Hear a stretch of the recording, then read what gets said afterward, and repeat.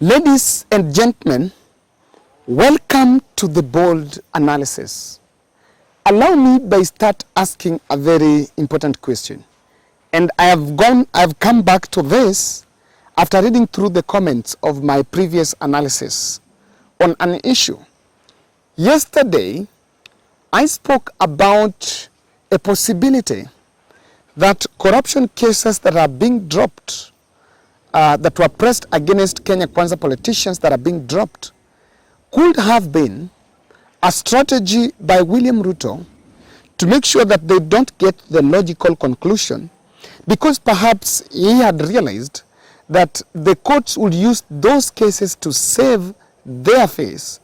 And so he has decided, and he realized, that the most easiest way to handle the situation is to use the office of the DPP for the cases to be dropped, because by law that's allowed, and there is nothing like the DPP has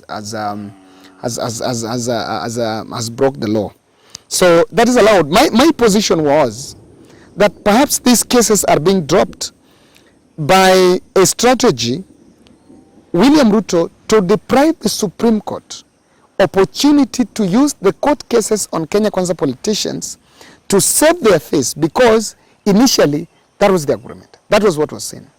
But I've realized that the mass withdrawal of cases of corruption that was touching on different politicians actually is continuing to attract attention. And I think Azimio politicians have spoken over the matter. The LSK president, Eric Theory, is demanding answers from DPP why these cases are being dropped, especially in Masai. In fact, if you follow the daily headlines, one of the stories that you will bump on is whose case has been dropped. Today, there was a defamation case on Mohamed Jichopevu that has been dropped. I don't know which one was that. I just also read it on the papers. And Ben Chumo, we spoke about Aisha Juma, Lionel Kulal, the former Samburu governor. Who else is that priest? There's also criminal charge against, who? Is it the former Meru senator? Huyu wa Mandevu anaitwa nani? Mithika Linturi, and so on and so forth. These cases have been dropped. Now, cases are being dropped. Now, but today I just got through the comment section and decided to reach out to the person. And I realized that there is more than what catches the eye. It's not a coincidence. And one question that I sought to answer is this. Do you think William Ruto's hand is not in those moves? Do you think the president does not know of what is happening? Do you want to convince us that President William Ruto either is just comfortable or is just saying that we're following the law? Is it about following the law? Or is there a big hand behind this situation? All of a sudden, it's not a coincidence. That's the truth. We've been to this country. Even at the electioneering period as early as January, some cases are being dropped. But the flurry of the dropping, I think the free flow, the way cases are free flowing in terms of being dropped, is worrying. And in this video, that's what I want us to revisit. And I've tried to do my research and find out the latest developments as this matter is concerned. Kindly subscribe to our channel, click the notification bell, and also like our video. I want to still remind us of 50 shillings, but then we've done it now. 50 shillings challenge on support, camera support, for me to purchase an extra camera to aid me to support my production team on producing exclusive interviews that we introduced in the channel as content formats, so that we add value to our viewers, and we continue to use this platform in a more productive and informative way. I still say thank you because of those who reach out saying that we remain one of the best informative political analysis channel. That is the best, and I'm just so grateful that we want to move this to the next level in everything that we do, there must be an element of growth. You don't see someone become comfortable. Oh, imehubiri sana. Back to politics. Why are cases being dropped? Let me tell you. President William Ruto has been in government for more than 30 years. And this dropping of these cases are some of political favors. They are packages that politicians in Kenya Kwanza are getting. And these packages are being handed to boost their loyalty. It does not require a very big understanding. This is going to boost their loyalty to the president. I want to ask you a question. You know, we have someone like Aisha Juma, case dropped. Okay? And this case is dropped doesn't mean that's the end of it. We have Lenin Kulal, the former governor, case dropped. He's being nominated to be a PS. Some of these people are really in government for immunity. And the president has given them that fodder. Because of this, dropping these cases are political packages, favors that they are getting, they will most likely remain loyal to the president. Let me tell you, somewhere like the coast, Aisha Juma did not bring votes to William Ruto in Kilifi. And if Aisha Juma was to get an elective post in Kilifi, even in 2027, it will still take some time. The ODM candidate stands a better chance. And what stops someone like Aisha Juma to leave government and go to the other side of Raila so that he will stand a chance of getting an elective seat in Kilifi? What I am simply saying is this. The fabric that was holding the leaders together was the last general election. Let me tell you. The fabric was Ruto becoming the president. Now, when things, Kisonga Melewana things are not wise and some of them are in government, politics is for posturing. They may likely want to move and chat other ways and do that for political posturing. But because of this, expect a lot of loyalty. Loyalty. Ile ya, fanya hii, do it. This is not right, but we want this, do it. Want this, do it. That is needed in power.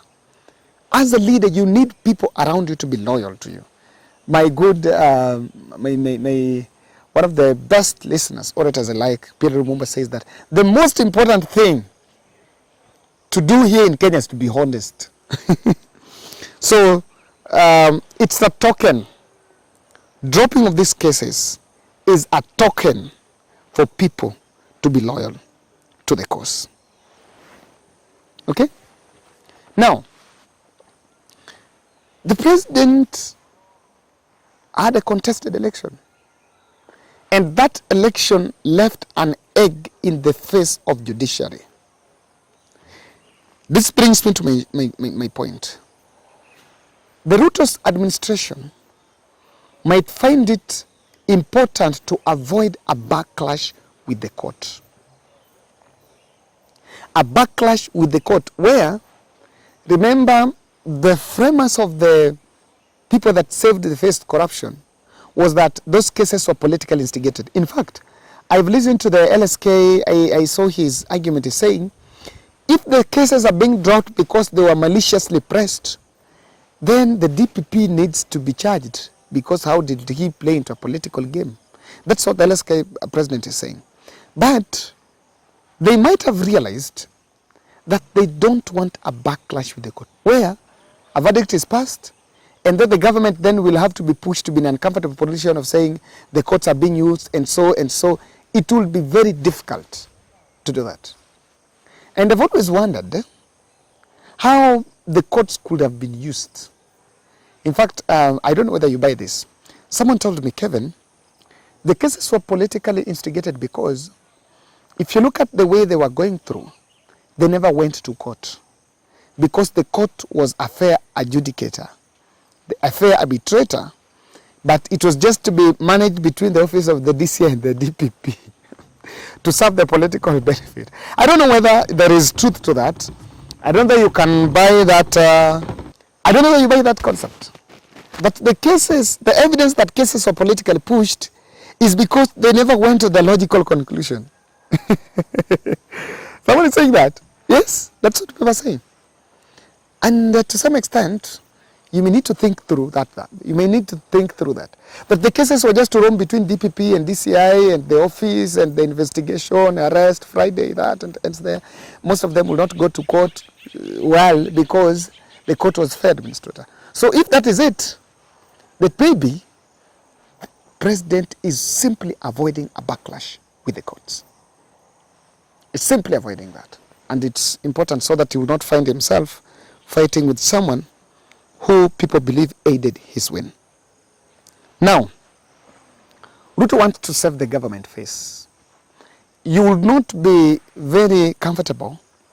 Today you have a CS who is, by the way, these cases are not being dropped because of lack of evidence of so. Zinasimamishwa tu mahali. I remember the 60 million land case of Amos Kimunya. The acquittal was retracted and he had to face charges and had to come out through bail terms.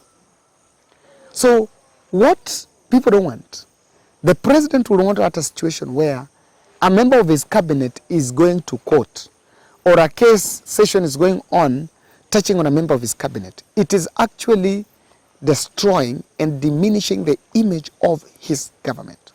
So he's going to save the face of government. And I'm wondering, will that really work?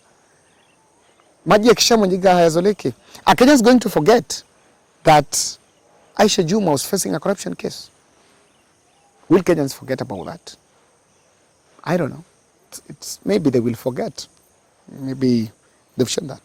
So there is a bid to save face. Lastly, these cases could be funding other people. This is wild, but again, we are in Kenya, bana. In Kenya, there is nothing that can shtua you. These cases might, the proceeds of these cases might actually fund some things. You never know. How about if it's covered with, they were politically instigated, but behind the scenes you make calls, say, bring 4 million out of the 12, you took 100, give me 4, you took 3, give me 3. They might also get to the backroom bank. It may also be kept under someone's home bank. I don't know. I don't know what to think, because I have always believed, I think if William Ruto wanted to just complete these cases, what he'll have done is to tell the courts that just to sanitize these people, if these cases were to sanitize and save the image of government and also even boost William Ruto's government, just tell these people, before the cases are done, wesema tu pesa lipotea ni, you even say instead of now going through court, unasema pesa lipotea ni 7 million na ninairudisha. Asset recovery, rudisha. Do this, rudisha. That would have saved. And that would have made it even difficult, because even on Azimio side, wale wenye maybe, because corruption is not a Kenya Kwanza thing. Corruption iko hii side yote. Counties, so. Ambia watu warudisha. In fact, if someone will do that, atengeneza momentum ya watu kurudisha, it's unrealistic, but it will be one of the best things. Today I've been in Sia and I was speaking to some gentlemen. What the people are saying about corruption is, we don't want those cases, we don't want to hear of the court cases. What we want to hear is the money has been returned. If people would have been told that just return the money, maybe money is getting returned, but to who? Who is receiving corruption proceeds? That's my question, and nimemalizia hapo. Tuonane kesho bwana. Sound iko sahi better. Tutaonana kesho. Thank you.